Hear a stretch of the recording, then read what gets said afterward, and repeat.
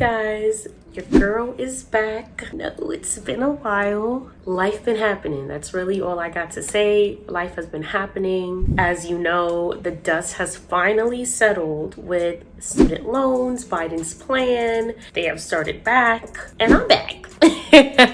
And if you're new here, my name is Erica. I am the founder of the Scholars Toolkit. It's a blog and platform dedicated to reimagining the standard for the next generation of students. My past videos have touched on scholarships and just becoming knowledgeable of the different ways that you can fund your education. I always say that loans should be your last resort. I'm a big believer of that. I graduated from my HBCU, Clark Atlanta University, the illustrious, debt-free, and I'm encouraged and empowered to help you do the same. So tune in. We are about to dive into what does it mean right now for all of the student loans for current students. So let's get into it.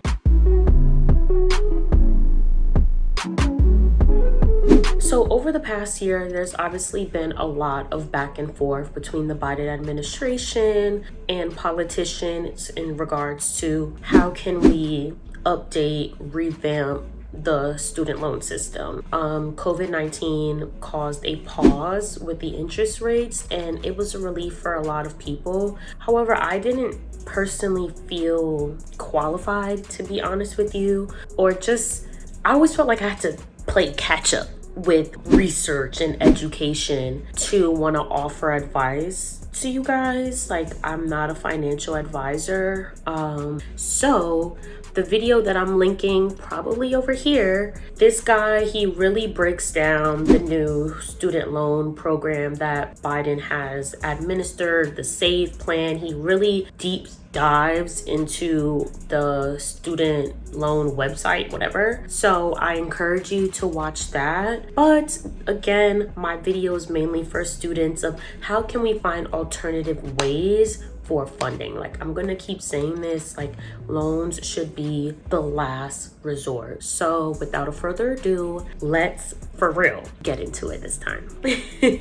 So the first tip, borrow what you need. If loans are your last resort and you need to complete your final year, final 2 years of school, whatever, borrow what you need. Do not, just because you can borrow 100K, don't do that. Like, again, you're gonna have to pay this money back, and the interest rates, which I'm about to get to in the next point, is something serious. So just remember that. Borrow what you need. Your future self will thank you.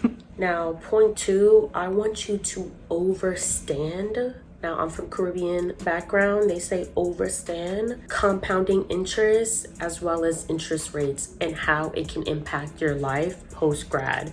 Now, depending on which type of loan, for example, subsidized or unsubsidized, for some loans, the interest begins to accrue as soon as you take that loan out versus when you graduate, then the interest accrues. I'll definitely put the difference either in the description box or right here. But understand that, because that can really make or break your financial standing starting out as a young adult, building your credit. For example, I am a professional comment lurker, and one of the money wealth building pages that I follow, when the interest began September 1st, 2023, I was on Instagram September 11, 2023. Within those 11 days, somebody already accrued $135 just in interest. Now, I'm not shaming this person. I'm not judging them. I just want you to be very clear of how fast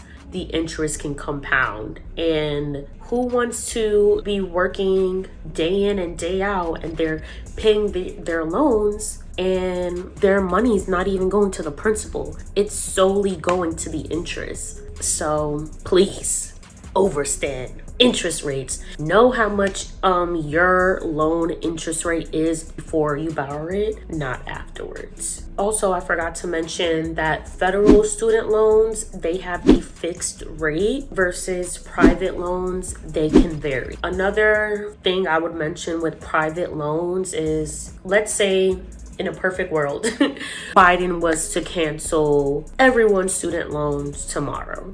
If you consolidated your loans and now it became a private loan, you would not qualify for any federal relief. So I want you to keep that in mind when you are weighing your options of which route to go.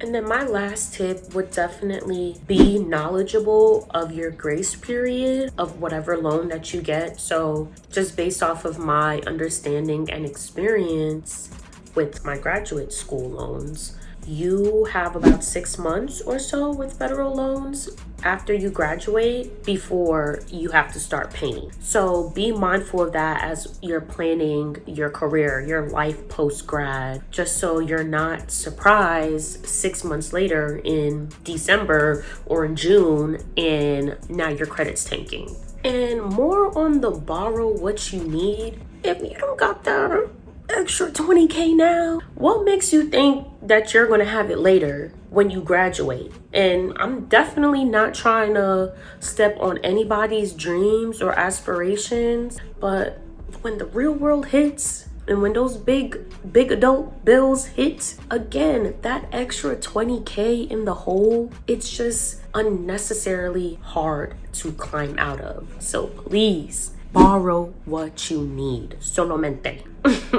So for those that have been rocking with me since I launched the Scholars Toolkit, thank you so much for tuning in. If you're new here, thank you. Like, subscribe. I'm happy to be back. This is such a passion of mine. I'm just happy to be in the best headspace or into students, aspiring students. So yeah, thanks for tuning in.